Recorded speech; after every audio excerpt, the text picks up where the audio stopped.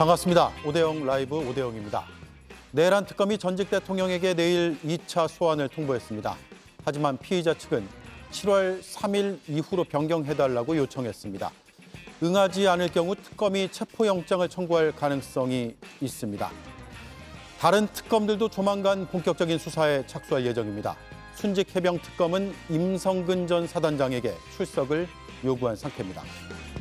새 정부의 주요 공약 중 하나가 검찰 개혁입니다. 이를 맡아서 할 정성호 법무부 장관 후보자는 조만간 입장을 밝힐 예정입니다.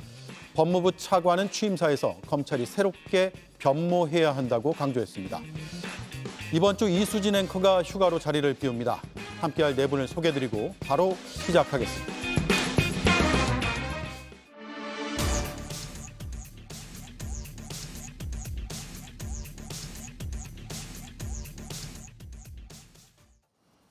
네, 내란 특검이 윤석열 전 대통령에게 2차 소환 조사 일정을 통보했습니다. 하지만 조금 전에 2차 소환에 응할 수 없다는 입장을 의견을 통해서 제출했고요. 하지만 특검에서는 다시 한번 2차 소환 날짜와 시간을 그대로 유지하는 그런 입장을 밝혔습니다. 먼저 영상을 보고 시작하겠습니다.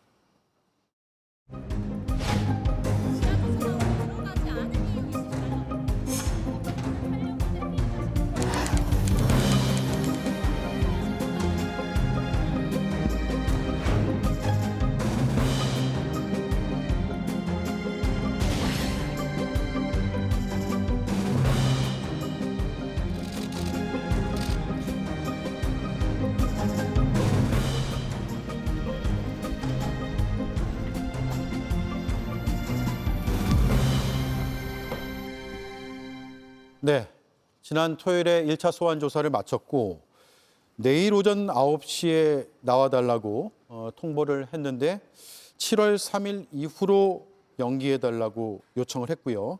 하지만 특검에서는 다시 한번 내일 오전 9시에 나오라고 출석을 통보한 상태고요.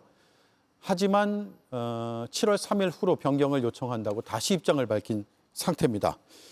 자, 출석 요구를 했는데 같은 내용으로 미뤄달라고 요청을 하고 있는 상황이에요. 네.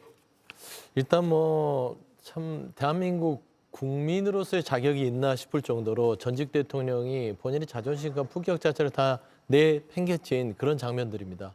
사실상 보면은 국민들이 어떻게 볼 건지에 대해서 하등의 눈치를 보지 않는 것 같아요.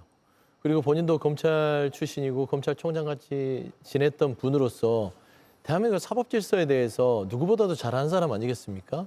그럼에도 불구하고 본인이 저지른 죄가 아주 일개 하찮은 죄가 아니지 않습니까? 예. 중범죄에 이르는 죄를 저지른 사람이고 지금은 전직 대통령이라고 우리가 예우를 해주지만 그냥 자연인으로서 중범죄를 저지른 피의자 한 사람일 뿐입니다. 대한민국의 어떤 피의자가 검찰을 상대로 이런 식의 소환의 줄다리기를 할 수 있을까요?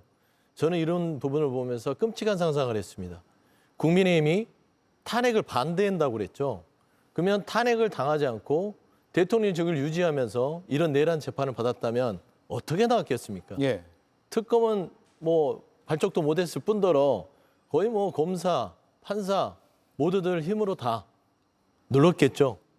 자연인인 윤석열도 이 정도인데 끔찍하기만 하다라는 생각을 국민들이 할 것으로 생각합니다. 예.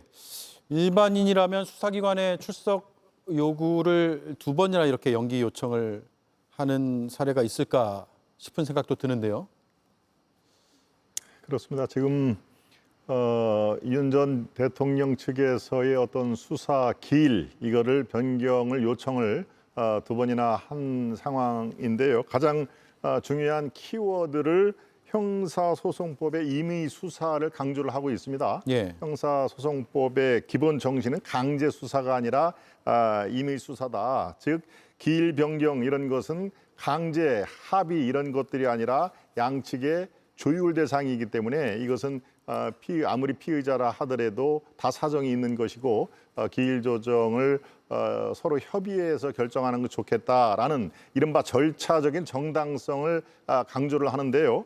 7월 3일이 그냥 나온 그 3일이 아니라 바로 이 형사 재판이 있는 날입니다. 그러니까 형사 재판에 우선 집중을 해야 하니 3일 재판이 끝난 다음에 3일 이후에 해 주십시오라고 하는 요청이 드는 건데요. 이것은 뭐 특검으로서 받아들일지 이 더 납득할 만한 사유가 있는지를 더 검토하겠다. 이게 바로 저희가 지금 방송 들어오기 직전에 이 속보 형식으로 지금 나온 것인데요. 그러니까 일방적으로 반드시 내일 안 나오면은 뭐 체포영장으로 으름장을 놓겠다. 뭐 이런 뜻은 지금 아닌 것 같고요. 납득할 만한 사유가 있는지 없는지 그것을 파악을 해보겠다 하는 얘기입니다. 바로 윤 전 대통령은 지난번 2월 달에 그 공수처의 절차적인 정당성 문제가 불거졌을 때 이 공수처에서는 절차적인 정당성이 매우 미흡했다라는 것은 그 당시에 여러 각계의 학계에서도 그렇고 인정을 하는 건데요. 이 절차적인 정당성을 집중적으로 부각을 하고 있습니다마는 글쎄요, 지금 국민들 눈에 어떻게 비춰질까 이게 또 하나의 중요한 상황인데 제가 보기에는 국민들 눈에 아무리 절차적인 정당성보다도 자꾸 수사를 특검의 조사를 회피하는 듯한 그런 모양새를 갖추는 것이 결과적으로 윤 전 대통령 측에 도움이 안 될 것 같다라는 저는 생각을 해봅니다. 그래서 예. 더 내일부터는 더 정정당당한 모습으로 지난번에 어떤 수사 주체 경찰이기 때문에 수사를 못 받는다라는 그런 것도 국민들 시각에 대해서는 갸우뚱하게 만든 것이거든요. 그러니까 조금 더 이 눈높이를 국민적인 시각에 맞추면은 지금보다도 더 정정당당하게 임할 필요가 있다. 우선 그렇게 말씀을 드리겠습니다. 예.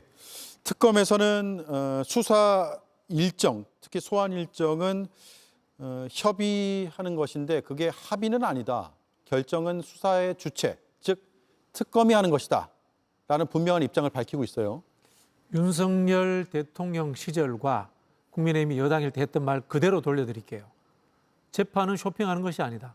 그런 이야기 했죠. 아주 사소한 일일 수도 있고요. 비교하자면. 그리고 뭐 저희는 검찰 독재에 의해서 조작된 재판이다라고 생각을 합니다만. 그런데 이분은 내란죄예요. 내란죄 피의자가 수사를 쇼핑하듯이 내가 가고 싶은 데 간다. 이게 말이 됩니까? 좀 더 쉽게 제가 예를 들어 볼게요. 이 내란죄라는 게 과거 우리 조선시대 사극으로 이야기하면 영모죄입니다. 영모죄를 지은 역적이 내가 포도대장한테 갈래, 사원부한테 갈래 선택하는 게 이게 말이 됩니까? 제가 봤을 때는요, 이게 사실은 지기현 판사 덕분이에요. 지기현 판사가 이 사람을 구속해서 풀어줌으로 인해 이런 일이 벌어졌다고 봐요. 사실은 국민 정서에 의하면은 바로 당장 구속 상태에서 수사를 받는 것이 저는 맞다라고 이렇게 봅니다. 예. 지금 말씀하셨지만 지금 계엄이고 내란인지 여부를 지금 재판을 통해서 알아보고 있는 과정입니다. 그렇다면 이제까지의 어떤 공수처 등의 수사 과정에 있어서 주기현 판사가 수사 과정의 적법성과 절차의 명확성에 대해서 문제 제기를 한 거죠. 그래서 상급심에 대해서 파기 사유가 될 수 있고 시간이 제법 지난 상황에서 재심 사유도 될 수 있다고 해서 구속을 취소한 상황입니다. 저는 특검 입장에서는 뭔가 속도전을 내고자 하는 것 같습니다. 그러다 보니까 공개 소환을 하고요. 지하 주차장으로 가는 문제에 대해서도 뭔가 언론 플레이를 통해서 그런 압박을 하고 있습니다. 무엇보다도 제가 볼 땐 검찰이 3번의 소환에 얘기를 했을 때 윤석열 전 대통령 측이 이거에 대해서 불응을 하니까 곧바로 체포영장을 청구했습니다. 그때 법원에서는 물론 기각을 했는데 그 사유에 대해서 구체적으로 밝히지는 않았습니다. 그렇지만 명확하게 경찰의 수사와 그다음에 특검의 수사가 다르다는 것을 명시적으로 저는 뭔가 판단한 상황이라고 보고 있습니다. 그래서 저는 윤석열 전 대통령이 수사를 안 받겠다는 게 아니고 다만 형사 재판 과정 속에서의 어떤 방어권 확보 차원에서 3일로 좀 미뤘으면 하겠다는 것을 요청을 했습니다. 근데 특검이 주체로서 수사 주체로서 그게 맞지 않다고 본다면 아마 내일 제가 볼 때는 윤석열 전 대통령 측 입장에서도 수사 주체인 특검이 내일 하자고 한다면 그거를 제가 볼 때는 미루기에는 쉽지 않을 것 같습니다. 그런 예. 측면에서 내일 어떤 수사가 이루어질 텐데 저는 그 특검이라는 게 누가 보더라도 정치적인 어떤 성격이 있습니다. 그렇다면 그 과정에 있어서 좀 더 상대방에 대해서 피의자에 대해서 일종의 뭐랄까요, 존중이나 일정 부분의 어떤 배려를 해준다고 한다면 그 결과에 대해서 많은 국민들이 그 결과에 대해서 좀 객관적으로 받아들이지 않을까 그런 생각을 해봅니다. 예. 근데 윤석열 전 대통령 같은 경우는 정치인이 아니잖아요. 탈당을 했고 자연인 아닙니까? 그러니까 뭐 상대 당에 대한 뭐 특검의 정치적 고려라는 부분도 상당 부분 논리가 떨어지고요. 저희가 그냥 쉽게 설명을 하죠. 경찰 수사를 못 받겠다고 하는 윤석열 이 피해자에 대해서 어느 국민이 이해할 수 있을까요? 우리 대한민국 국민 중에 무슨 잘못이 있으면 경찰 가서 수사 안 받습니까? 검찰 가서 수사 안 받습니까? 왜 본인은 아직도 본인이 저지른 중범죄인 내란죄에 대해서 국민들한테 사과 한마디 하지 않고 검찰과 경찰의 수사에 대해서 거부하는 것이죠? 특별합니까? 물론 특별한 죄를 저질렀죠. 특별한 죄를 저질렀으면 특별하게 더 조사를 받아야 되는 게 인지상정인 것이고요. 그게 국민의 상식에 부합되는 것이라서 더 이상 이런 식의 어떤 그 특검의 소환에 줄다리기를 하는 이런 눈으로 보기에도 참담한 이런 상황들이 계속해서 벌어진다면 저는 특검은 특단의 조치를 해야 된다고 봅니다.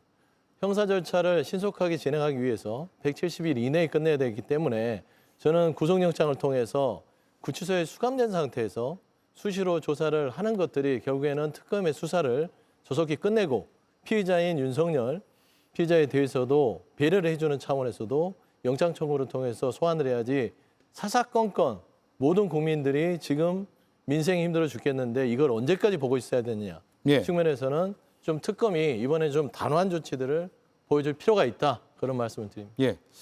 자, 속보가 하나 들어왔네요.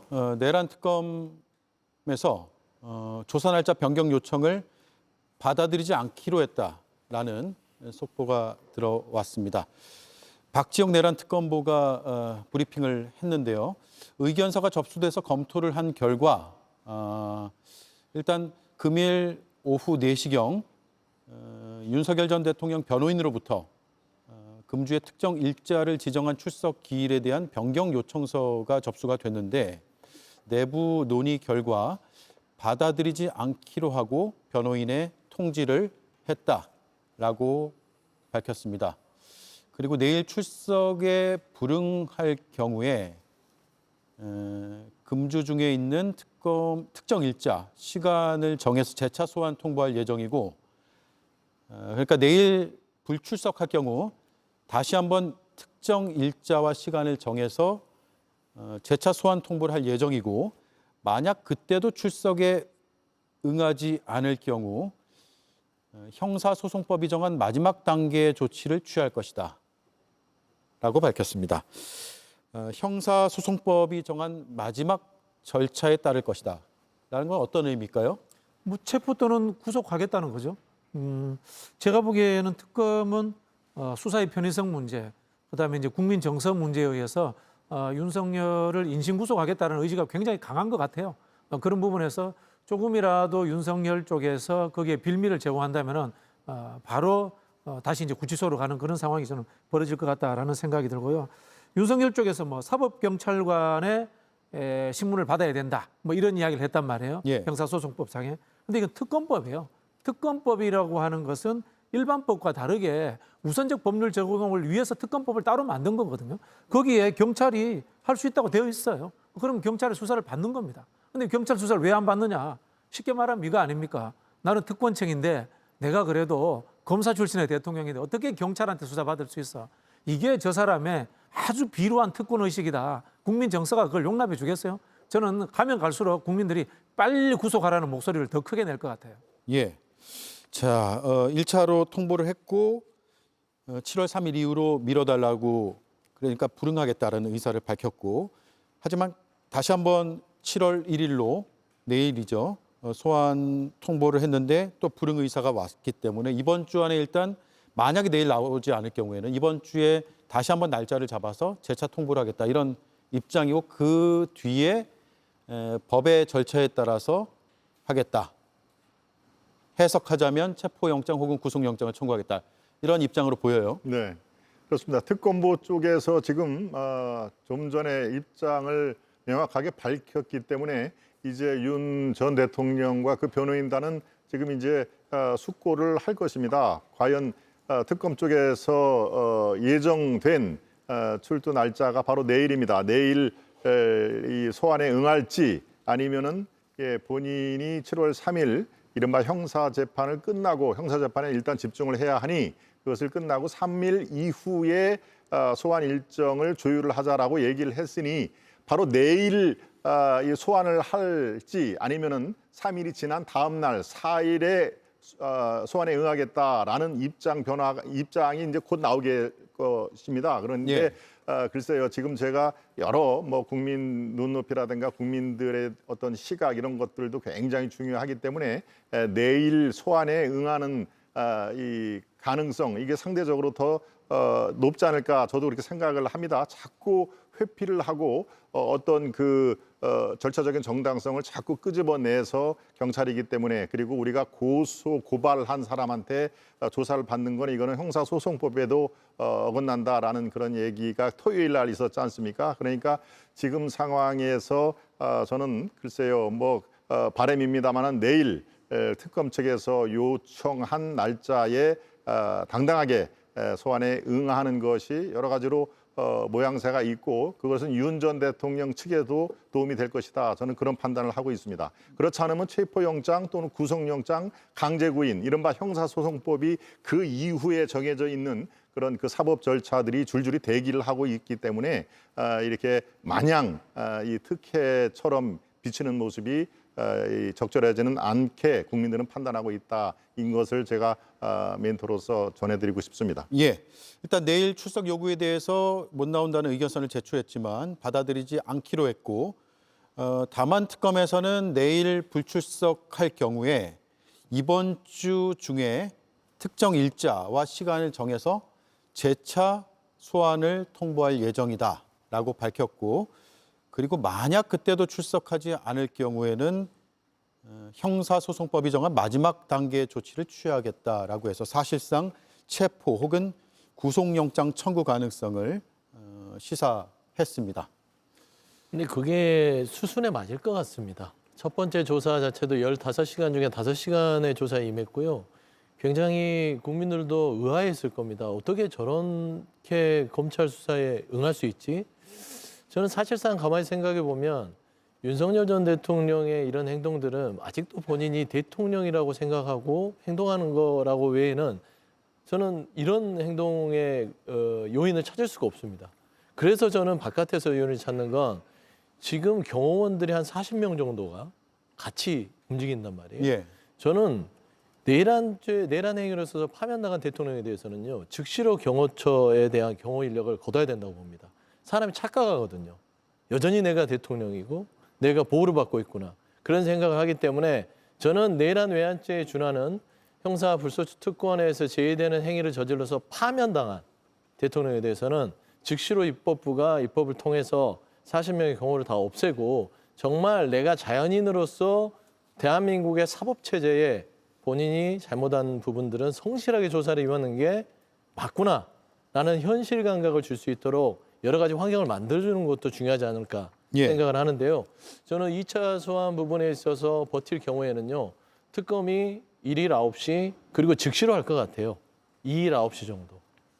그래서 그 두 차례의 소환 조사에 응하지 않으면 이건 도주 우려, 범죄의 중대성, 증거인멸 모든 것들을 고려해서 형사 절차까지 하면 영장 청구는 너무나 눈에 확연히 드러나는 상황이다. 물론 이제 윤석열 대통령 측에서 어떻게 판단할지는 모르겠으나 지금 단계를 보면 또 슬그머니 구속은 피하기 위해서 나올 가능성도 있다 이렇게 보입니다. 내일 9시에 출석이 통보되어 있는데 안 나오면 다음 날 9시, 모레 9시에 출석하라고 재차 통보할 것이다 이렇게 전망을 하셨고요. 제가 볼 때도 그렇습니다. 왜냐하면 1일 날 안 나올 때 3일 이후에 할 생각은 없을 것 같습니다. 만약 그렇다면 윤석열 전 대통령 측에서 원하는 바대로 되는 거 아닙니까? 그리고 3일 날은 형사 재판이 있기 때문에 불가능하고 결국은 1일이 아니면 2일이 될 수밖에 없는데 저는 그 특검에서 이번 이 입장을 발표할 때 좀 아쉬운 대목이 있습니다. 뭐냐면 항상 이제 통보를 한다고 말씀하시거든요. 그러니까 물론 수사 주체이기 때문에 일정에 대해서 꼭 합의할 필요는 없습니다. 그럼에도 불구하고 일정 부분 피의자 측과 변호인 측과 일정과 장소와 여러 가지 부분에 대해서 논의를 할 수 있습니다.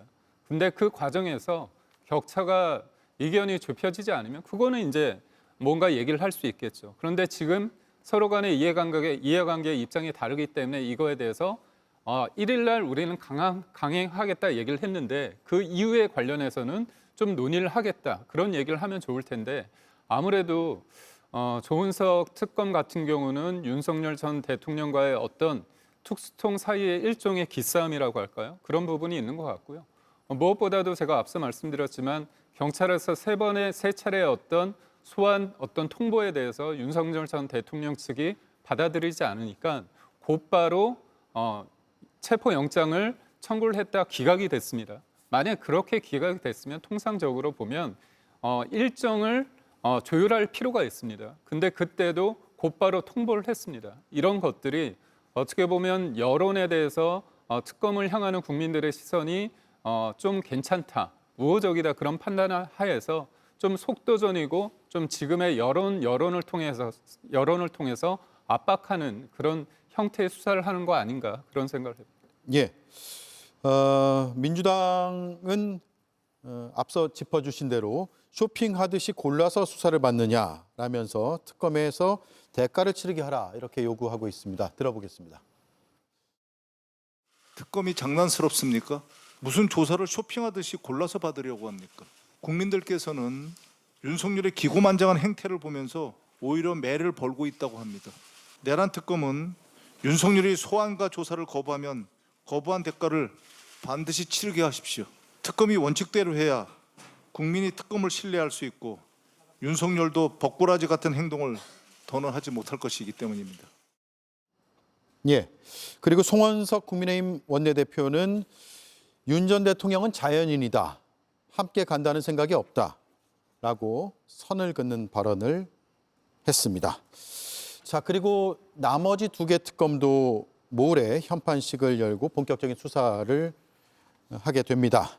그중에서 김건희 특검을 맡은 민중기 특별검사는 신중한 태도를 취하면서도 김건희 피의자죠. 피의자를 반드시 소환하겠다는 입장입니다. 들어보겠습니다. 수사 개시 이틀 앞으로 다가오는데 어떤 부분 첫 수사 예상하시나요? 지금 말씀드리기 곤란하고요. 지금 준비 중에 있습니다. 여사 측이 요청할 경우 광화문으로 소환이 안 될 수도 있나요? 생각해보지 않았습니다. 될까요? 예. 네. 앞서 했던 송원석 원내대표 이야기 제가 좀 하고 싶은데요. 정치에서 가장 하지 말아야 될 것이 선택하지 않는 겁니다. 자, 윤석열이 잘못했느냐 잘했느냐 선택해야 됩니다. 이른바 이걸 선택 안 하는 것은 난디시전 비결정이라고 하는데 그러면 양쪽의 지지자들이 다 떨어져 나갑니다. 저는 사실요 국민의힘 송원석 원내대표가 아까 김병기 원내대표 같은 발언을 했더라면 하는 아쉬움이 남습니다. 그렇게 된다면 국민의힘이 윤석열과 내란의 강을 건널 수 있는 좋은 하나의 기회가 되지 않을까요? 예. 오히려 저는 국민의힘이 저렇게 회피하는 것이 아니라 회피한다고 해도 사람들은 다 압니다. 정확한 입장을 가지고 이번 기회에 특검이라는 도구를 통해서 윤석열을 잘라내므로써 보수를 재건할 수 있는 기회를 좀 삼았으면 좋겠다. 이런 조언 좀 드리고 싶어요. 회피라고 보시는 거네요. 네네. 예. 혹시 반론 있으세요?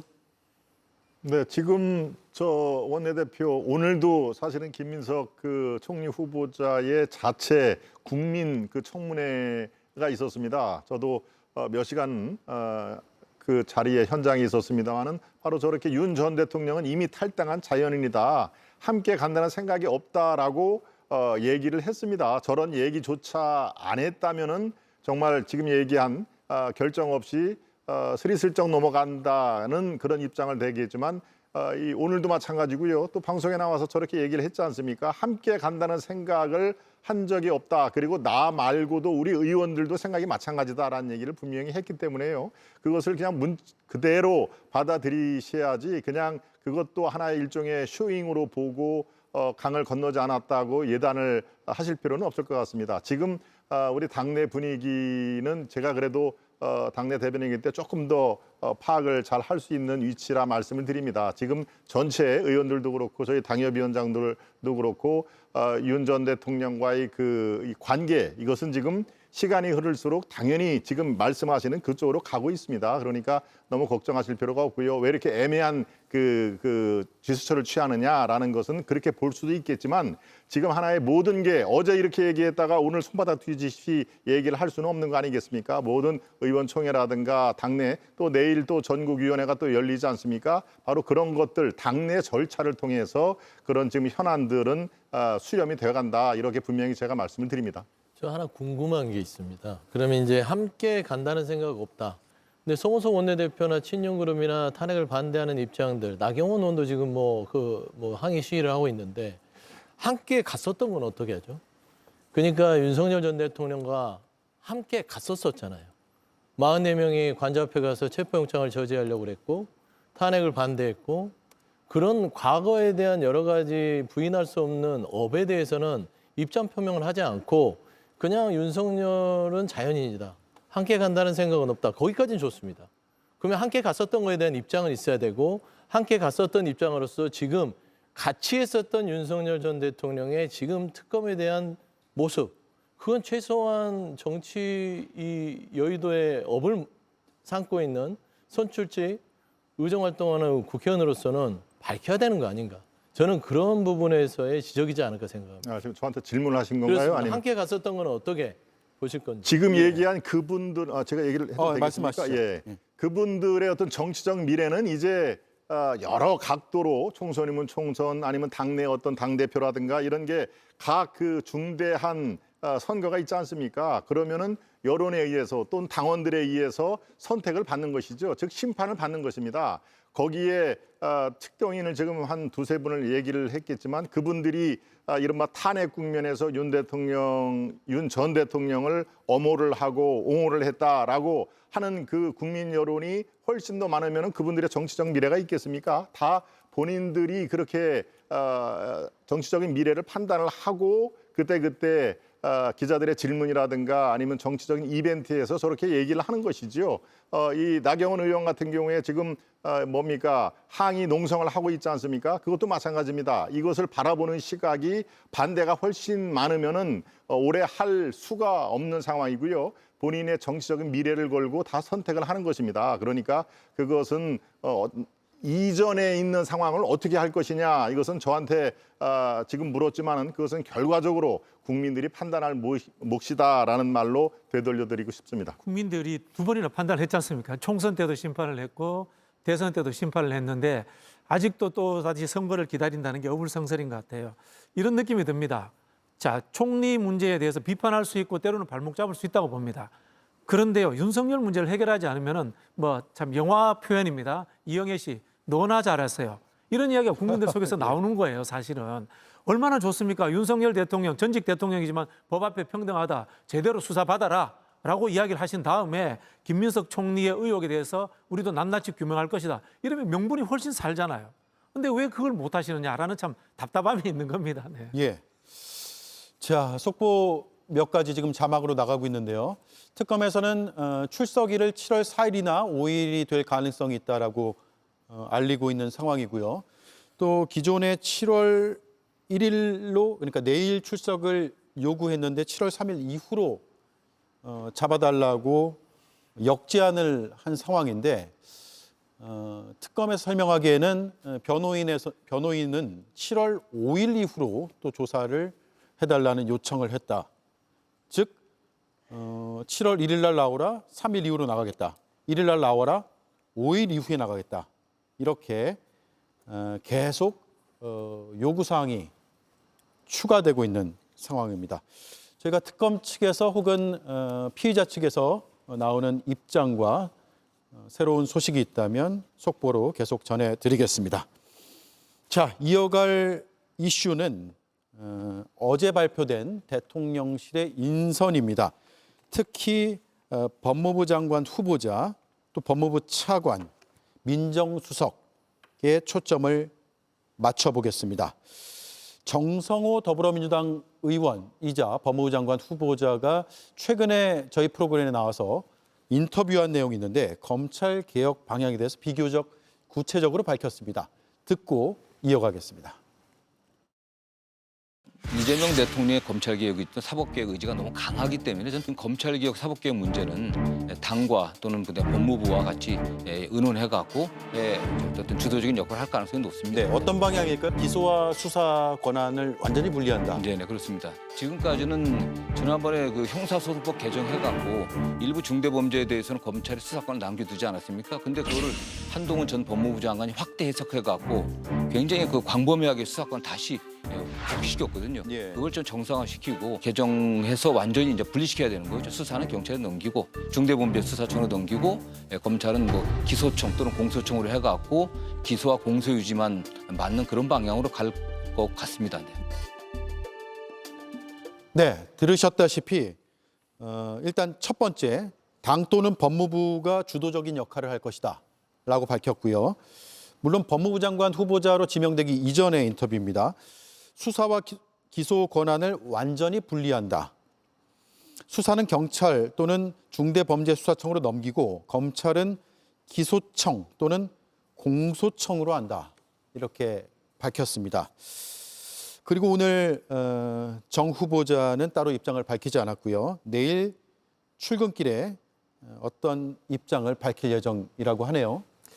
그 검찰 개혁의 방향에 대해서는 뭐 이제까지 나왔던 이야기들이 많습니다. 그리고 뭐 논란의 여지는 있습니다만 저희가 따로 짚을 필요는 없다는 생각이 들고요. 왜 그러면은 법무부와 당이라고 이야기했느냐 하는 부분에 대해서 저희 개인적인 사견을 전제로 말씀을 좀 드리면요. 예. 결국은 검찰 개혁, 사법 개혁의 주체가 누구냐는 겁니다. 문재인 정부 때도 저희가 추진을 했습니다. 근데 그 당시에는 정부였어요. 행정부가 주도했는데 그 칼잡이가 윤석열 총장이었는데 그 칼잡이가 칼을 거꾸로 잡고 오히려 개혁을 방해하고 자신의 기득권을 옹호하는 쪽으로 가버린 거예요.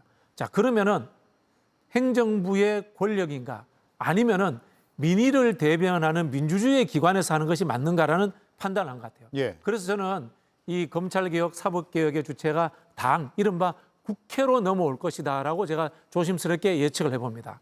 그런 측면에서 사실 정성호 의원 정도 되면은 차기 국회의장을 노려볼 만한 중진입니다. 법무부 장관을 가는 게 본인의 입장에서 조금 탐탁지 않을 수도 있습니다. 그러나 저 자리를 간 이유는 제가 봤을 때는 국회가 주도하는 검찰개혁, 사법개혁이라는 것에 발맞추기 하는 것이 아니냐라고 저는 좀 짐작을 해봅니다. 예. 문화일보 보도에 따르면 검찰청이라는 이름을 유지하기 어려울 것이다 라는 게 정성호 후보자의 입장입니다. 앞서 저희와 인터뷰한 내용하고 일맥상통하는데요. 그렇게 되면 검찰청이라는 이름은 거의 77년 만에 네. 사라지게 되는 겁니까? 어떻게 되는 겁니까? 그렇죠. 이제 개혁이라는 것들이 결국에는 뭐 어설피 이게 바뀐다는 건 개혁이라고 할 수 없겠죠. 예. 완전히 바뀌는 걸 개혁이라고 할 겁니다. 앞서 얘기했듯이 기소청, 공소청이 되면 검찰청은 없어지겠죠. 검찰청이 없어지면 검사라는 이름도 없어질 겁니다. 기소유지관, 기소담당관 이렇게 바뀌지 않겠습니까? 예. 저는 그런 의미에서 검찰의 그 정치 권력과 합작해서 그동안 본인들의 조직을 철저하게 방어하고 본인들 스스로는 자정 기능을 잃어버린 따지면 70년간의 그 유일무이한 치해 복권적으로서 존재해왔던 부분들이 이제서야 개혁을 통해서 바뀔 수 있다는 점에서 저는 유의미하다고 보고요. 사실상 정성호 법무장관 후보자 같은 경우는 저도 옆에서 그 개인적으로 지켜봤지만 굉장히 원만하고요. 합리적입니다. 하지만 굉장히 원칙주의자입니다. 본인이 얘기한 거에 대해서는 뚝심 있게 물어비치는 부분이 있어서 다소 옆에서 보면 이게 좀 속도 조절이라든지 온건하게 가는 거 아니야? 예. 라고 할 수 있으나 그렇지 않습니다. 다만 상식적인 선에서 굉장히 굵직하게 법무행정을 통해서 검찰개혁을 속도감 있게 할 수 있는 적임자라서요. 저는 민정수석과 정성호 법무부 장관의 둘의 호흡 자체가 결국에는 이재명 정부에서 실시하려고 하는 검찰개혁을 국민 눈높이에 맞는 개혁 수준으로 잘 완수할 수 있는 적임자다. 예. 그렇게 좀 말씀드리고 싶습니다. 예. 자, 야당의 시각을 좀 들어볼게요. 정성호 후보자가 또 다른 매체와의 인터뷰 혹은 취재에 응하는 그런 내용들이 보도된 것에 따르면 검찰 개혁은 국민의 피해를 줘서는 안 된다라는 입장도 있고요. 또 야당과 협의를 당연히 해야 할 사안이다라고 밝히고 있어요. 그렇습니다. 야당과 협의를 해야 될 상황이다. 또 국민께 피해를 줘서는 안 된다. 어떻게 보면 가장 지극히 상식적인 얘기지만 저 안에 저 두 가지만 지켜진다면 저는 이재명 표 검찰 개혁에 반대할 이유가 없습니다. 국민들께 이익이 되는 검찰 개혁, 그리고 또 야당과도 충분한 소통에 의한 산물, 이거 두 가지만 지켜놓으면은 야당이 반대할 이유가 없습니다.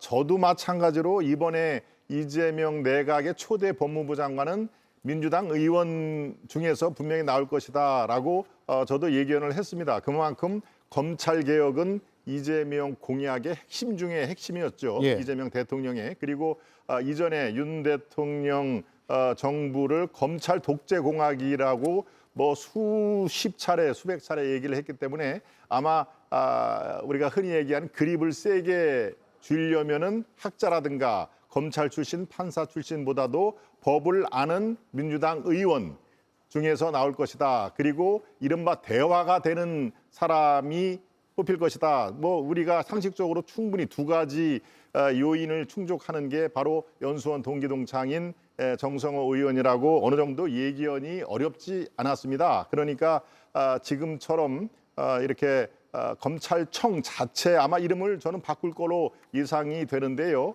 이름도 바꾸고 모든 그렇다면 검찰청 법도 바꾸게 되는데요. 그렇다면은 아마도 이재명 대통령의 머릿속에 있는 검찰 개혁이 그대로 실현이 될 겁니다. 현실이 될 것입니다. 이게 당장은 이재명 정부에게 플러스가 되는 걸로 보이겠지만 왜 70 몇 년 동안 검찰청이 존재를 했을까요? 그리고 김대중 정권, 노무현 정권, 문재인 정권, 이른바 이재명 정권과 가장 색채가 비슷한 정권들이 왜 검찰청을 그대로 내두고 이렇게 공소와 기소, 중대재해청 이것이 다 눈에 보이는데도 안 했을까? 그만큼 이유가 있을 것입니다. 그러니까 저는 초기에 검찰 개혁은 아마 이재명 대통령의 뜻대로 그게 순수하게 물 흐르듯이 아마 어렵지 않게 이루어질 것입니다만은 글쎄요, 임기 중반 넘으면은 아마도 그게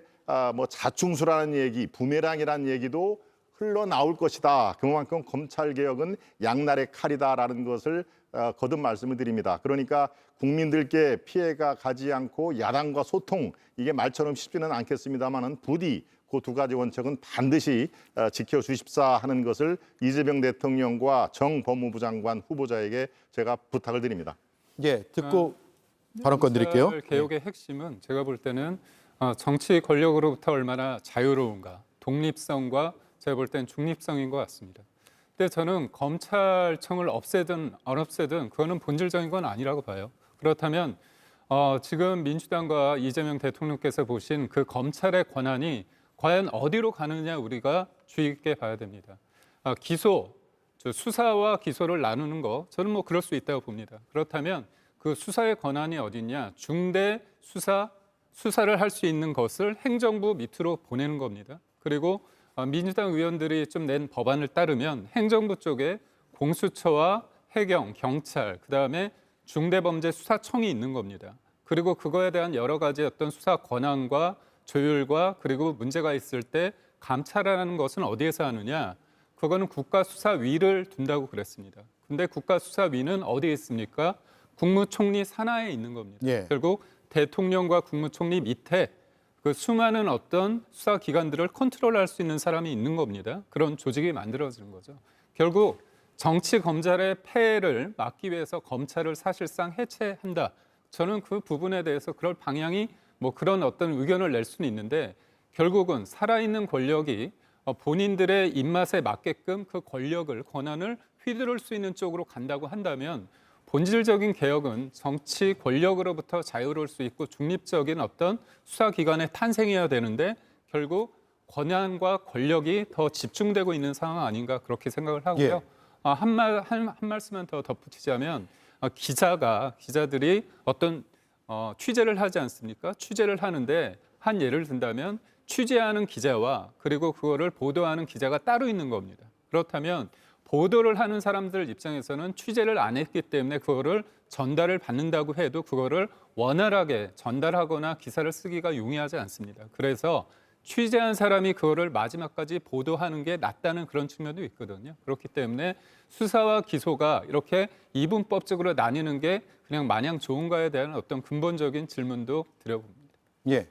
사견을 전제로 완전 다른 접근을 제가 좀 말씀을 드릴게요. 검찰의 독립 문제, 중립 문제, 살아있는 권력을 수사할 것인가 문제, 또 기능과 권력의 분산. 제가 봤을 때는 우리 정성호 법무부 장관이 고민하는 부분은 이런 부분들이 아니라 국민들에 의한 수사의 감시, 국민에 의한 기소 독점의 감시, 이런 부분들로 저는 나아갈 것 같아요. 그렇기 때문에 국회에서 야당도 받아들일 만한 그런 일들이 벌어질 것이다라고 예견하는 것 같아요. 예. 예를 들자면 수사심의위원회 또는 기소심의위원회, 이런 부분들에 국민들의 의견이 반영되고, 사실 국민들의 의견이라는 게 반영되는 통로가 절차적인 것은 대의민주주의기관인 국회입니다. 그런 부분에서 저는 국회를 이야기하는 것 같고요. 그래서 민주당에서 이야기하는 기능과 권력의 분산하고도 또 다른 방향도 저는 있지 않을까라는 조심스러운 추측을 해봅니다. 여기서 제가 황당무계한 이야기를 하나 드리고 싶은데요. 원래 이 서양 철학에서 인간이 인간을 심판할 수 있는가라는 문제가 나옵니다. 그래서 징벌과 심판이라는 것을 인간이 하지 말자. 그래서 법률과 제도를 갖추자라고 합니다. 그런데 어느 순간에 보니까요, 법률과 제도의 권력을 가진 인간이 또다시 그것을 도구로 해서 인간을 심판하는 상황이 온 거예요. 자, 이걸 해소하는 방향은 뭐냐? 인간을 숫자를 늘리는 겁니다.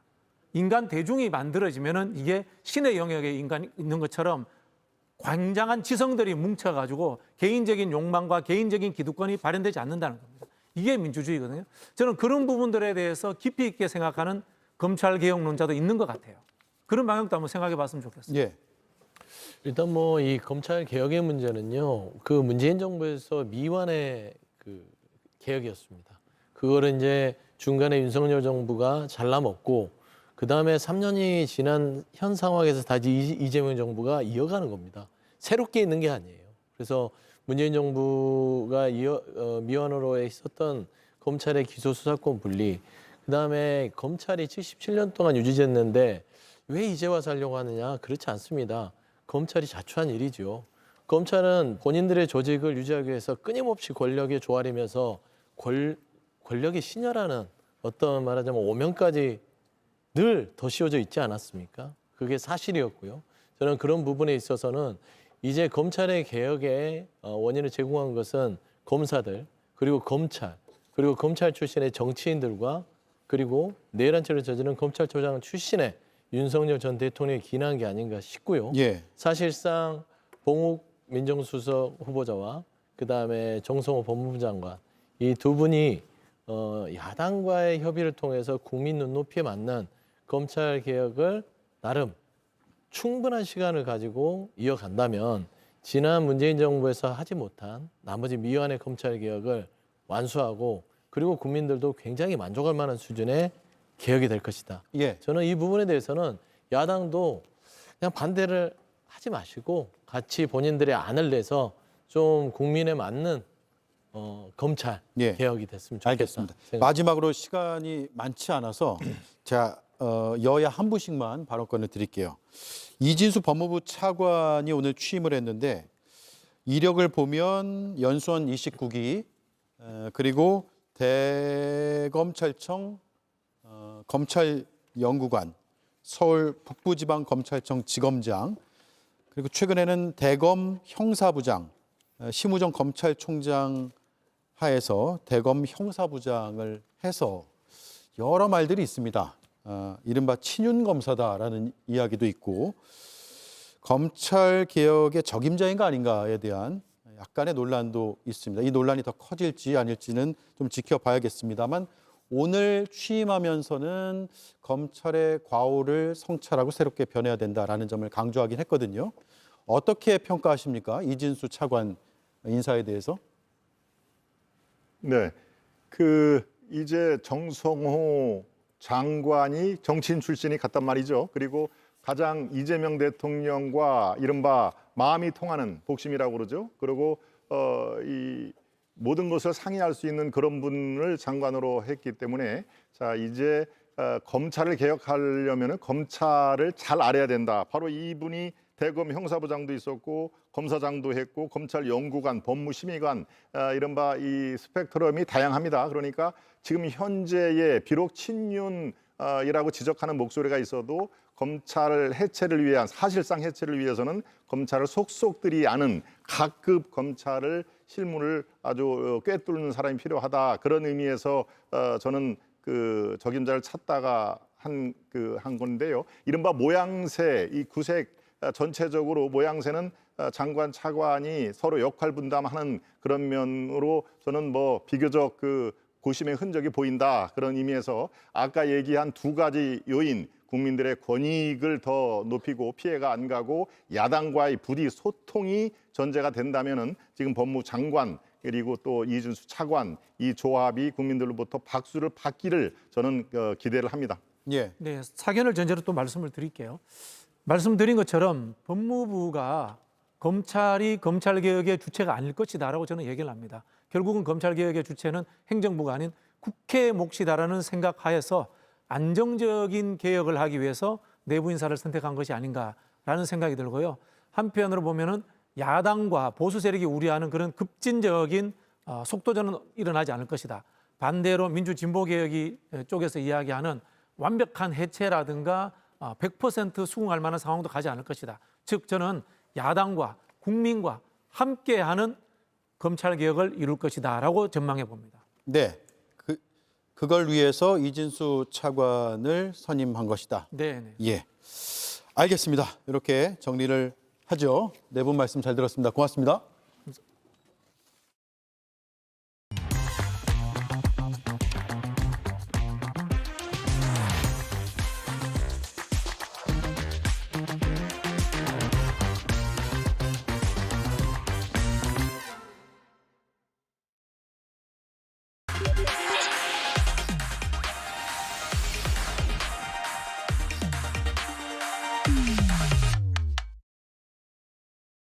네, 오대영 라이브의 간판 코너 단도직입을 시작하겠습니다. 홍익표 전 더불어민주당 원내대표, 김종혁 전 국민의힘 최고위원 나와 있습니다. 어서 오십시오. 네, 반갑습니다. 오랜만입니다. 2주 됐죠? 예, 잘 다녀오셨어요? 잘 다녀왔습니다. 예, 예, 가족 만나러 예. 예, 미국에 다녀왔습니다. 자, 오늘 김용태 국민의힘 비대위원장, 이제 전 비대위원장이라고 해야겠네요.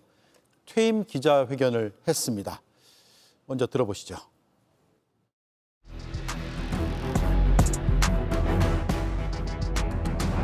지금 보수 야당이 아무리 맞는 말씀을 드려도 국민의 신뢰를 받지 못하는 것은 우리가 윤석열 정권의 유산으로부터 자유롭지 못하기 때문일 것입니다. 기득권이 당의 몰락을 가져왔으면서도 근본적 변화를 가로막고 있다면 국민의힘에는 더 이상 미래가 없습니다.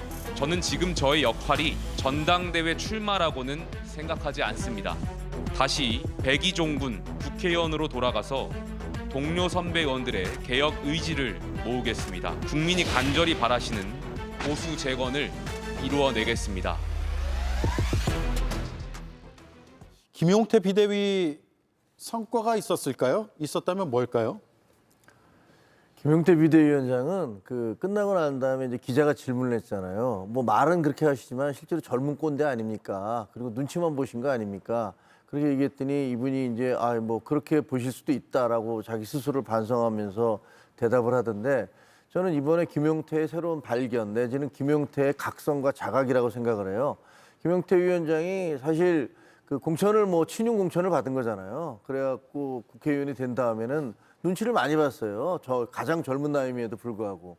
근데 본인이 정작 비대위원장이 되고 나서는 이거 이렇게 되면 안 되겠다라고 생각하면서 여러 가지 당을 바꿔보려고 노력을 했는데 거기서 당 개혁에 대해서 어떻게 평가하십니까? 그러니까 빵입니다. 빵 이렇게 얘기했잖아요. 예. 0점이라고 얘기했지 않습니까? 그것처럼 아마 거대한 벽을 느낀 것 같아요. 김용태 위원장은 야 이거 당이 이대로 가면 안 되는데 우리가 그 정말 탄핵의 강을 건너야 되는데 이렇게 했는데 친윤들의 그 벽에 가로막혀서 결국은 별다른 성과 없이 그저 이 당은 여전히 변하지 않고 있구나라는 것들만 확인시켜 준 상태에서 떠나고 있는 것 같아서 정말 너무 가슴이 아프고요. 예. 안타깝습니다. 예, 빵점이다. 저희가 그래픽으로 보여드리니까 네, 빵점 이렇게 스스로 평가했는데 자신에 대한 평가로 돌아오는 거 아니에요? 빵점이라고 하면? 대선 이후에 국민의힘의 개혁 점수가 빵점이라면? 예, 제가 저는 이제 기본적으로 김용태 비대위원장이 아까 나왔던 그 멘트 하나하나는 버릴 말은 없습니다. 틀린 말이 하나도 없기 때문에. 예. 다만 그렇지만 김용태 비대위원장 역시 책임에선 자유롭지 않다는 거죠. 대선을 치를 때 사실상 당대표였지 않습니까? 비대위원장이었고요. 그리고 대선에 패배하고 난 이후에 여러 가지 개혁 아젠다를 던진 건 맞습니다. 그렇지만 일반 평의원 같은 경우, 일반 당원이나 일반 정치인들 같았으면 개혁 의제를 던진 것으로 충분한 역할을 했을 수 있겠지만 본인은 비대위원장이었기 때문에 그것을 관철시키기 위한 정치력 또는 정 안 되면 기득권인 당권파하고도 일점불사할 각오가 있었어야 되는데 네. 그런 점 없이 그냥 물러나면서 0점이었다고 하는 것은 한편으로는 자기의 정치적 책임도 인정한 거다 이렇게 보입니다. 예. 자, 그리고 김용태 전 비대위원장이 물러난 뒤에 국민의힘 의원총회가 열렸는데 송원석 원내대표가 신임 비대위원장을 겸임하는 것으로 결정이 됐습니다. 비상대책위원회의 앞으로의 성격은 이렇다라고 규정을 했는데 들어보겠습니다.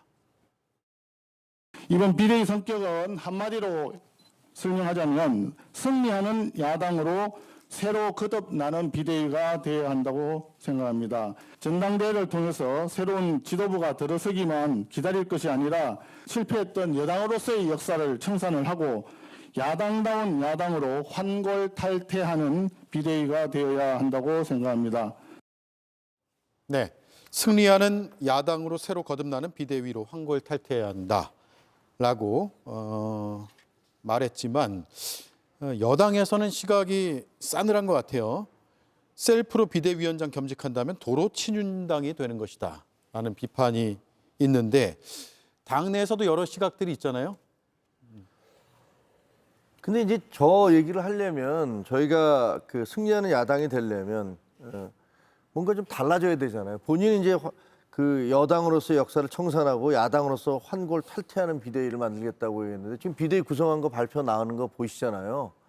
근데 보면 저희가 탄핵의 강을 건너자 이렇게 얘기했는데 예. 탄핵의 강을 건너기는커녕 그냥 강으로 잠수해버리고 강 속으로 물 속으로 그냥 들어가 버리는 듯한. 그러니까 이번에 비대위원들 새로 임명하신 분들 보면 본인은 비대위원장을 자기가 같이 하겠다. 관리형 비대위원다 이렇게 얘기하면서 지금 저기 나옵니다만 박덕흠, 조은희, 김대식 이런 분들 다들 찐윤으로 알려진 그런 분들이잖아요. 원외당협위원장들 청년당 그 2명을 또 임명을 했는데 그분들도 다 마찬가지거든요. 예. 그 반탄모라고 그래서 탄핵 반대 모임에 열심히 나가고 길거리에서 아스팔트에서 윤석열 어게인을 외쳤던 그런 분들이잖아요. 근데 그런 분들로 다 채워서 비대위를 구성을 했는데 그 비대위가 어떻게 승리하는 야당이 될 수 있다는 거, 어떻게 거듭나는 비대위가 될 수 있다는 건지 완전히 논리적인 모순인 것 같아요. 그래서 탄핵의 강을 건너기는커녕 완전히 탄핵의 강물에 빠져 죽게 생겼다 지금. 예. 그래서 이거 저는 비판적으로 지적할 수밖에 없습니다. 네. 참 송원석 원내대표가 비대위원장 겸한 것도 좀 답답한데요. 비대위원 발표된 걸 보고 저도 절망했습니다. 예. 물론 민주당 입장에서야 국민의힘이 나락에 빠질수록 좋을 수도 있겠지만 또 한편으로는 대한민국 정치와 국민을 위해서는 좋은 야당이 있는 게 정부 여당에게도 도움이 되거든요. 지금 저렇게 그 비대위원 구성된 걸 보면 저거는 앞서 그 김용태 비대위 시절보다 완전히 후퇴한 겁니다. 최소한 김용태 의원이 비대위원으로 들어갈 때 그때만 해도 그 비대위는 나름 눈치도 봤어요. 그렇게 해서 약간 탕평 비슷하게 하려고 했는데 지금은 그런 것도 보이지 않고 그리고 그 송원석 원내대표 그 비대위원장 겸하고 있는데 승리하는 야당을 무슨 지금 이 비대위가 뭐 하겠어요. 저는 저걸 보면서 걱정되는 거는 전당대회를 중립적으로 관리할 수 있을까까지 걱정됩니다. 네. 그러니까 정말 승리할 수 있는 야당을 만들 수 있는 지도부를 그 국민의힘 당원과 지지층이 만들어줘야 되는데 그게 아니라 기존의 당권파들이 계속 자기의 권력을 유지할 수 있도록 대리인으로서의 역할만 하는 비대위가 되지 않을까 하는 걱정도 있습니다. 예. 그래서 저 다음 수순은 그 잘 모르겠습니다만 뭐 그런 얘기는 나왔었잖아요. 집단 지도 체제로 가자. 이런 얘기를 나왔는데 저게 결국 집단 지도 체제로 가기 위한 그런 뭐 그 포서가 아닌가 그렇게 생각할 수도 있거든요. 뭐 사실일지 모르겠습니다만. 근데 지금 이제 민주당 같은 경우는 이재명 대통령이 되고 그다음에 일사불란하게 지금 움직이고 있잖아요. 근데 거기에 맞서 싸워야 되는 건데 지금 현재 상황에서 물론 집단 지도 체제가 옳다, 단일 지도 체제가 옳다, 뭐 이렇게 어떤 것이 더 옳다 그러다는 상황에 따른 것이기 때문에 뭐 절대적인 하나는 선이고 하나는 악이다 이렇게 얘기할 수 없습니다만 역대로 볼 때 우리가 집단 지도 체제에서는 대부분 이렇게 봉숭아 악당이다라는 얘기를 들을 정도로 내분이 그 격화됐고 그다음에 서로 이제 공천권을 행사하기 위해서 뭐 그 박터지게 싸웠던 그런 과거들이 있단 말이에요. 근데 지금 새로 출범하는 민주당 대통령과 민주당 정권 앞에서 글쎄 집단 지도 체제를 하겠다는 건 결국은 친윤들이 그 새로운 강력한 대표 체제가 그 형성돼서 우리에게 과거의 문제에 대한 책임을 묻거나 우리를 그 주요 흐름에서 배제시키려는 이런 거는 우리가 받아들일 수 없다라는 그런 친윤들의 계산과 노림수가 거기에 지금 작용하고 있는 게 아닌가 그런 의구심이 들어요. 그래서 지금 이번에 비대위원들 임명하는 거 보면서 저는 정말 아니 도대체 어떻게 당을 막 끌어가겠다는 거지라는 그런 의구심 내지는 걱정 이런 것들이 많이 들었습니다. 저렇게 단일 지도 체제에서 집단 지도 체제로 바꾸려면 당 규정을 바꿔야 되는 거죠. 당원 당규를 바꾸는 게 되는 거죠. 그걸 바꾸는 거는 당 지도부가 하는 건가요? 지금 비대위원들이? 뭐 통상적으로 그 국민의힘 제가 정확히 모르겠지만 저희 같은 민주당 같은 경우에 예를 들어 비슷할 거예요. 그러니까 최고위원회에서 의결을 하고 뭐 의총에 보고하고 의총에서도 인준이 되고 나면 우리 같은 경우 이제 당무위원회 또는 중앙위원회 이런 것들을 개최해서 거기서 다 통과가 됩니다. 저희는 전국위원회라고 하죠. 전국위원회요. 전국위원회 다 우리 중앙위원회 비슷하게요. 그렇게 해서 통과가 되면 사실상 이제 확정이 되는데 현재로 봐서는 친윤 소위 그쪽이 그 비교적 현역 국회의원도 많고 지역위원장도 전까지 그 당협위원장이죠 국민의힘은 많기 때문에 최고위원 그러니까 비대위죠 최고위 성격을 가진 비대위에서 가결이 되면 그렇게 통과될 가능성이 있죠. 그러니까 아까 김정국 최고께서 말씀하신 것처럼 단일 지도 체제냐 집단 지도 체제냐는 그때 성격이 다릅니다. 뭐 거기에 꼭 어느 하나가 선이고 어느 게 악은 아닌데 저것이 어떤 당격 차원에서 아래쪽에서 올라왔다면 개혁적인 어떤 요구의 목소리를 수용하는 게 될 텐데 저것이 현재 당권파인 소위 친윤 당권파 쪽에서 당대표를 자신들이 쪽에서 원하는 사람이 되기 어려우니 이미 2인자인 원내대표는 확보했고 최고의 몇 명만 확보하면 최고위원회에서 일방적으로 당대표가 누가 되더라도 현재를 봐선 뭐 예를 들면 한동훈 전 대표라든지 안철수 의원이 돼도 자기들 친윤하고 안 맞을 거고요. 또 김문수 그 후보도 보니까 이게 그 친윤들 마음대로 움직이는 사람이 아닌 것 같거든요. 그러니까 당대표가 누가 되더라도 그 사람이 독단적으로 당의 개혁을 끌고 나가기보다는 친윤과 타협할 수밖에 일정하게 권력 분점을 할 수밖에 없는 구조를 만들겠다는 의도이기 때문에 전혀 개혁하고 맞지 않는 거죠. 전당대회는 언제쯤입니까? 지금 뭐 8월 달에 치르겠다라고 얘기는 하고 있습니다만 그게 어떻게 될지는 뭐 이번에 비대위원들이 선임이 되고 그러면 그 비대위원들 그 지도부가 결정을 하게 되겠죠. 그리고 무슨 전국위원회 추인을 받아서 하게 될 텐데 한 45일 정도 걸린다고 하니까 그러면 역산을 해본다면 8월 중순부터 하순 사이에 치러질 가능성이 높은 건데요. 글쎄 뭐 집단 지도 체제에 대해서 다들 반대를 하고 있잖아요.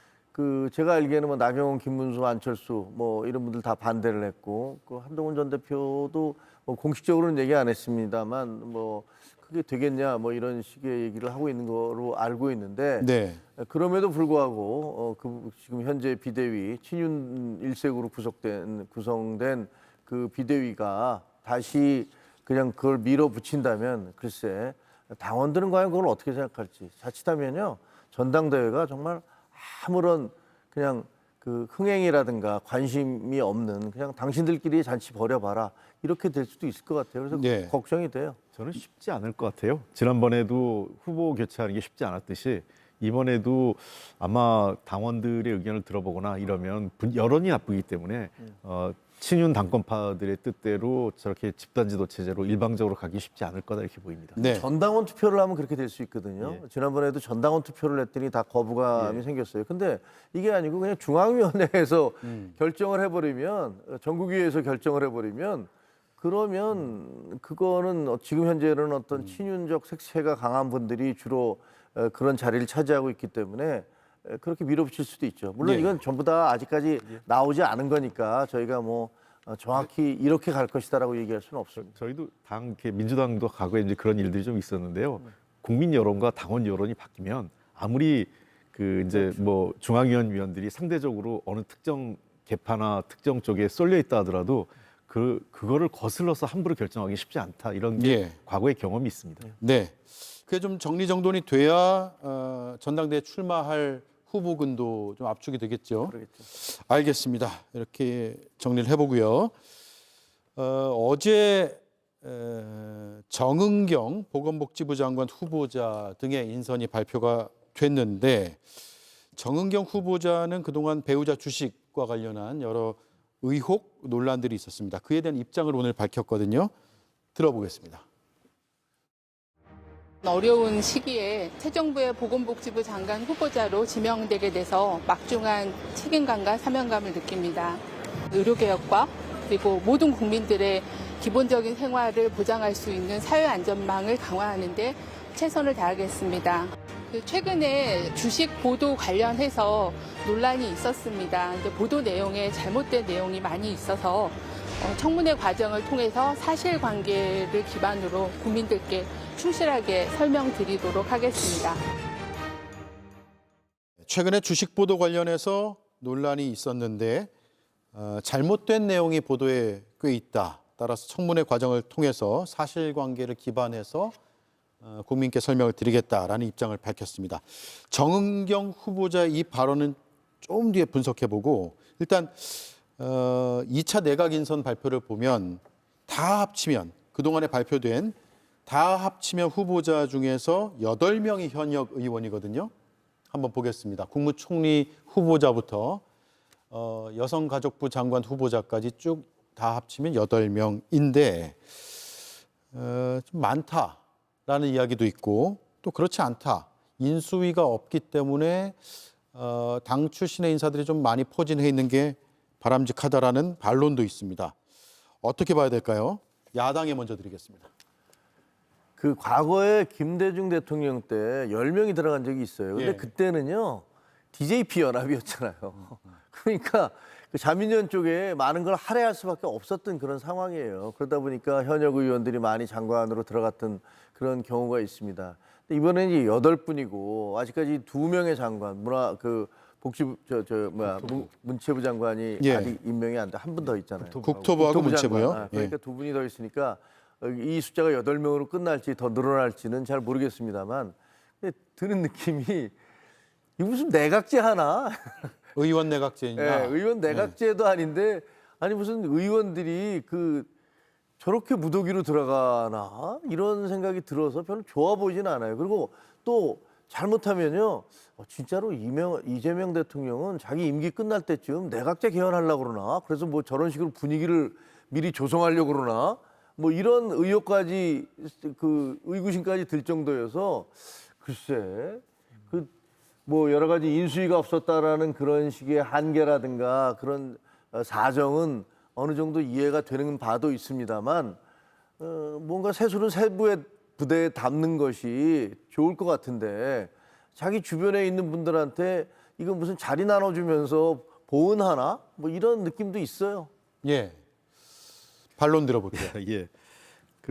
뭐 가장 중요한 것은 지금 현재 인수위가 없이 출범한 정부다 보니까 아마 인사 구성하는데 굉장히 어려움을 겪었을 것 같습니다. 그리고 그동안 탄핵 문제라든지 여러 가지 내란과 관련된 문제가 하면서 차기 정부 구성에 대한 얘기도 쉽게 어떤 뭐 준비한다든지 그런 얘기를 꺼내기도 조차 어려운 분위기였기 때문에 인사하는데 굉장히 어려움을 겪고 있었던 것으로 알고 있고요. 다만 우리나라 헌법이 이미 저 문제와 관련돼서 국회의원들이 장관을 겸직하는 행정부의 직을 겸직하는 것에 대해서 이미 위헌 여부를 한번 판단받았습니다. 헌법재판소에서. 아, 그래요? 예.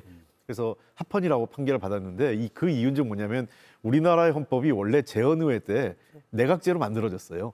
내각제로 만들어졌다가 마지막에 이승만 박사가 소위 말해서 좀 더 그 강하게 밀어붙이면서 그 의원 내각제 위에다가 대통령제를 올린 모양새입니다. 그 이후에 물론 법이 개정됐지만 그래서 당시 헌법재판소에서도 뭐라고 판결했냐면 의원 내각제적 요소를 포함한 대통령 책임제다. 그렇기 때문에 장관과 내각의 겸직은 문제가 없다. 왜냐하면 실제로 미국은 불과 안 되거든요. 왜냐하면 세크레터리, 장관을 세크레터리라고 그래요. 비서라고 생각하죠. 근데 우리나라는 꼭 내각제처럼 이름을 미니스터, 그러니까 이 총리를 프라임 미니스터라고 하고 장관은 미니스터라고 하는 영국에서 표현인데 우리는 그걸 그대로 차용해 왔거든요. 영문 표현까지.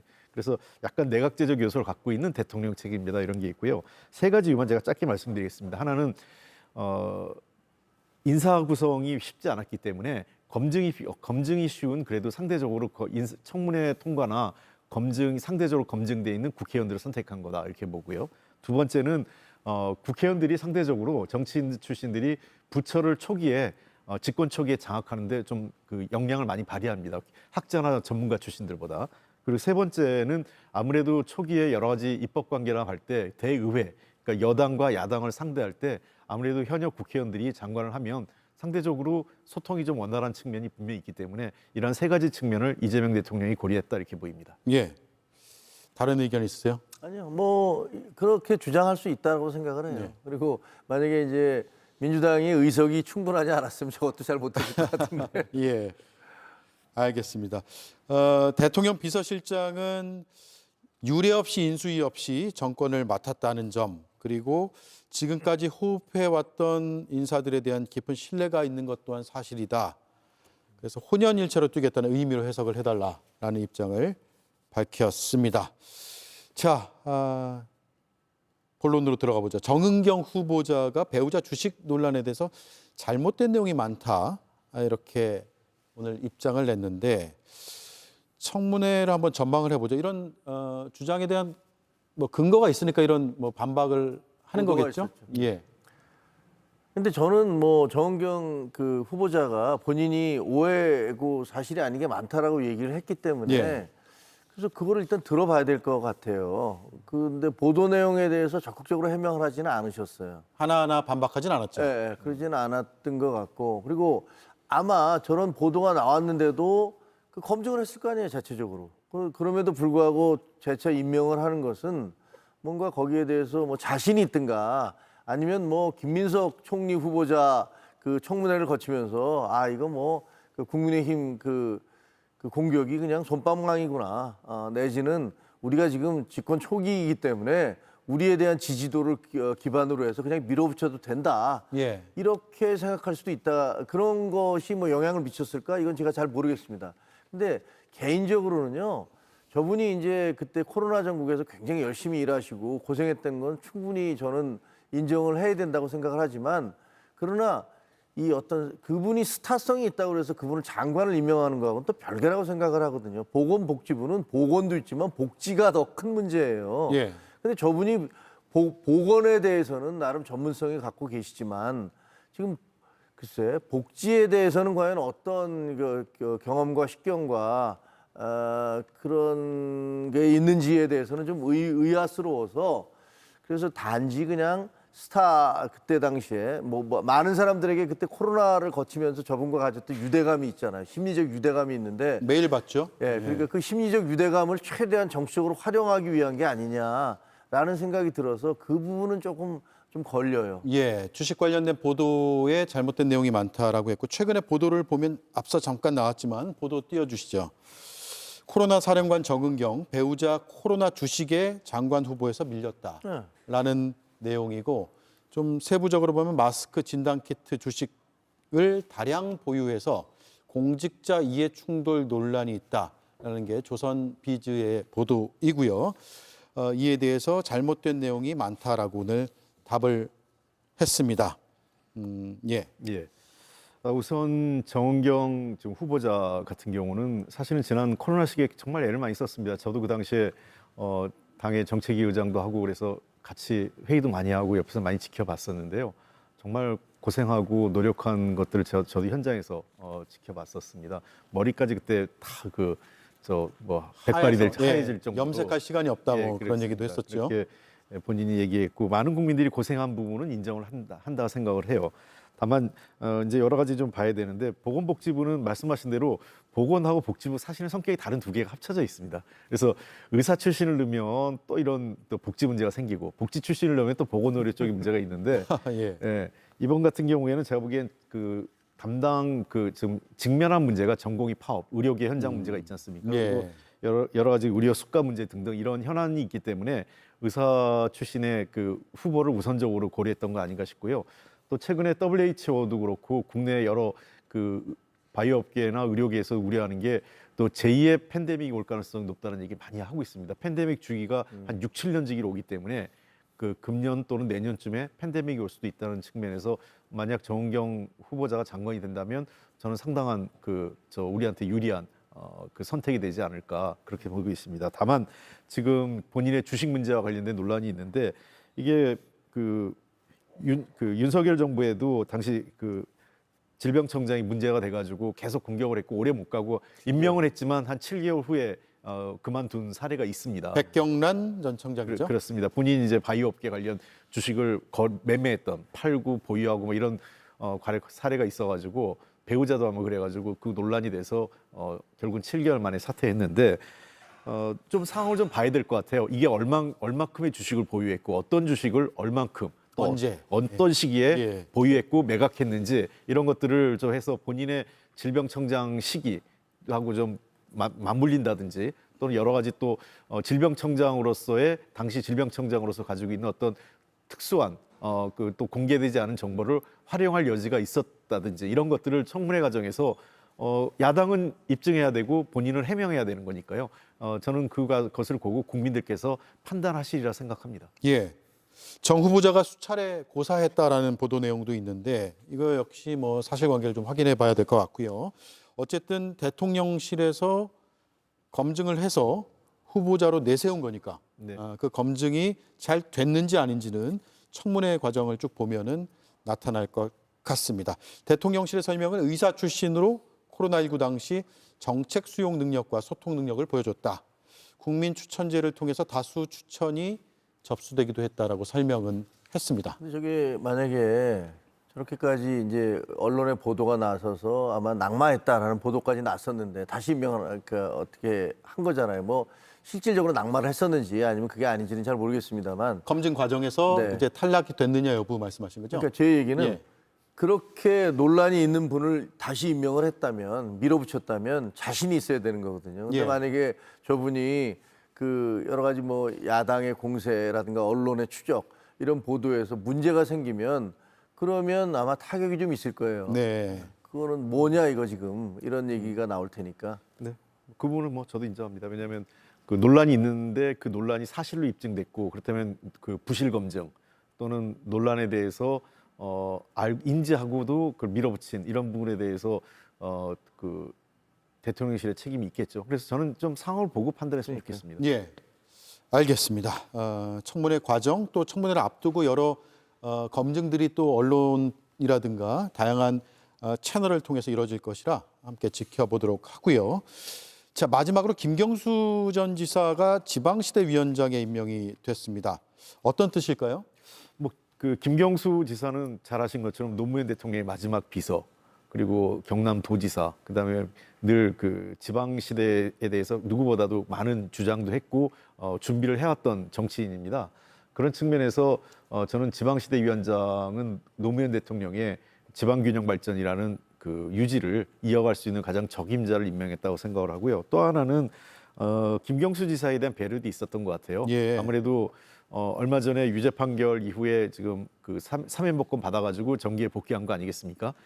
또 청문회 위에 이게 장관직 직책인데 청문회를 거치진 않습니다. 그런 측면에서 불필요한 논란이나 야당의 공세에 대해서도 한 발 물러선 자리를 준 것 자체는 저는 여러 가지로 이재명 대통령께서 김경수 전 지사에 대한 여러 가지를 배려한 인사 조치가 아니었나 이렇게 판단하고 있습니다. 예, 다양한 배려가 있었을 것이다. 그리고 야당에게도 그렇죠. 야당이 공격을 빌미를 청문회를 타면 지금도 비판을 하겠지만 아무래도 청문회를 거치는 장관직하고 장관급 그 위원장하고는 좀 다르겠죠. 예.